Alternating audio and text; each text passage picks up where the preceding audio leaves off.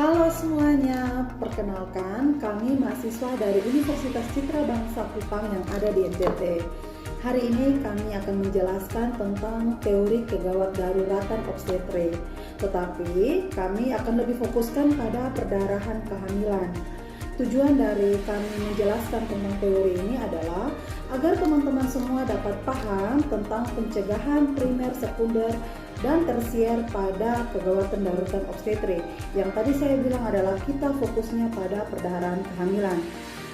Dan kami juga akan menjelaskan tentang pengertian, penyebab, serta tanda dan gejalanya dari perdarahan kehamilan. Waktu yang akan kami memaparkan teori ini dalam waktu 30 menit. Oke, selamat sore. Saya Hengels Kiri. Kali ini saya akan membawakan materi penyuluhan terkait apa itu kegawat daruratan obstetri. Kita mulai dari pengertian.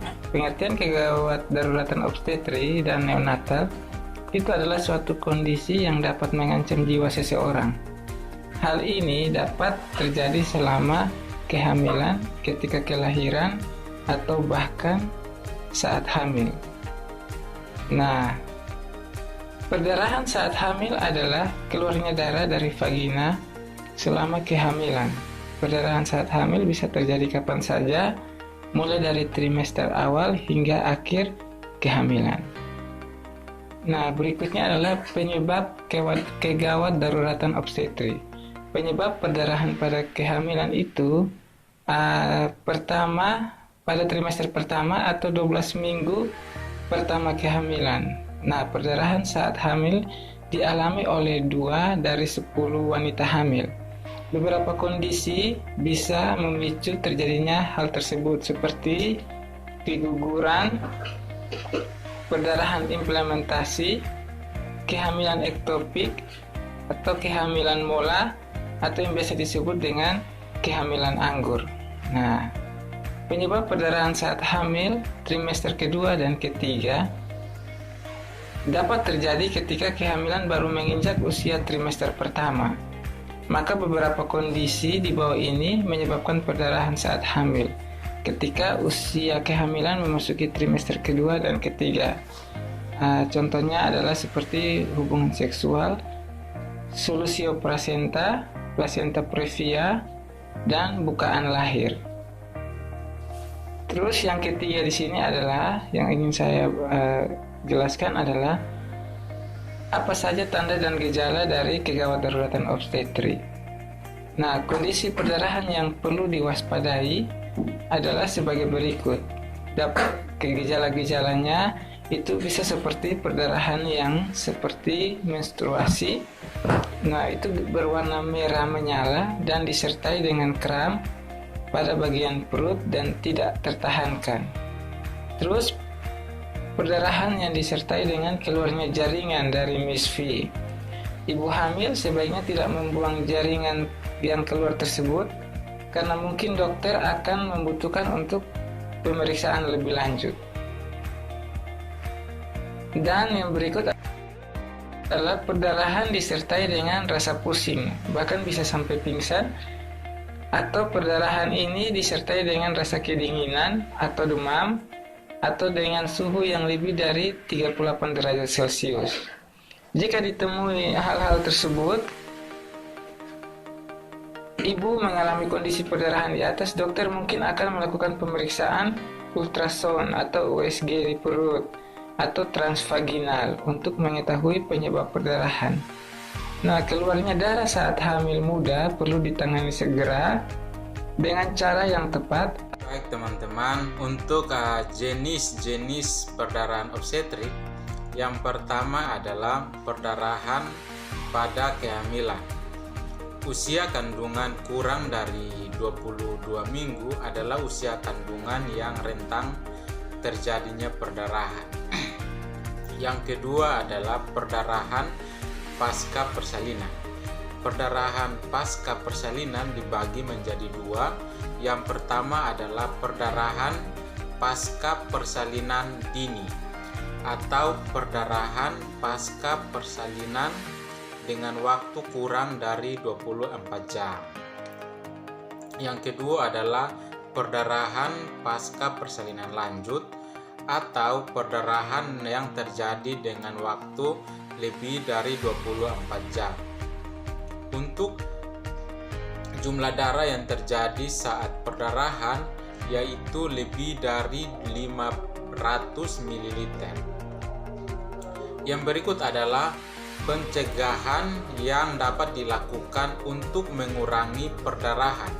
Yang pertama adalah dengan beristirahat total. Dengan beristirahat total diharapkan dapat mengurangi bahkan dapat menghentikan terjadinya perdarahan.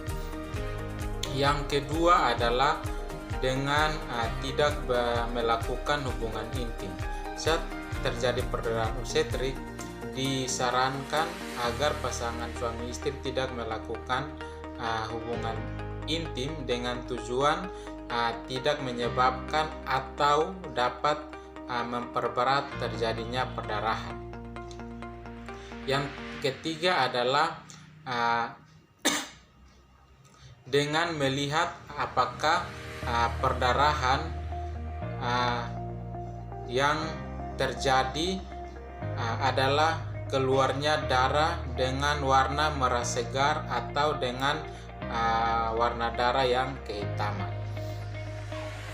Untuk kondisi-kondisi yang perlu diwaspadai saat terjadi perdarahan adalah yang pertama adalah kondisi terjadi perdarahan dengan frekuensi darah melebihi frekuensi darah saat terjadi menstruasi. Dilihat apakah saat terjadi perdarahan jumlah darah yang keluar itu tidak atau melebihi jumlah darah seperti menstruasi. Yang kedua adalah diperhatikan apakah saat terjadi perdarahan adanya jaringan yang keluar dari jalan lahir juga. Saat ditemukan adanya jaringan, diharapkan jangan membuang, tetapi disimpan atau ditunjukkan ke dokter saat melakukan pemeriksaan dengan tujuan jaringan tersebut dapat membantu menemukan penyebab dari perdarahan. Yang berikut adalah diwaspadai jika terjadi perdarahan ada ditemukannya keluhan pusing. Oleh sebab itu, jika ditemukannya keluhan pusing, diharapkan untuk melakukan pemeriksaan ke fasilitas kesehatan atau berobat ke dokter.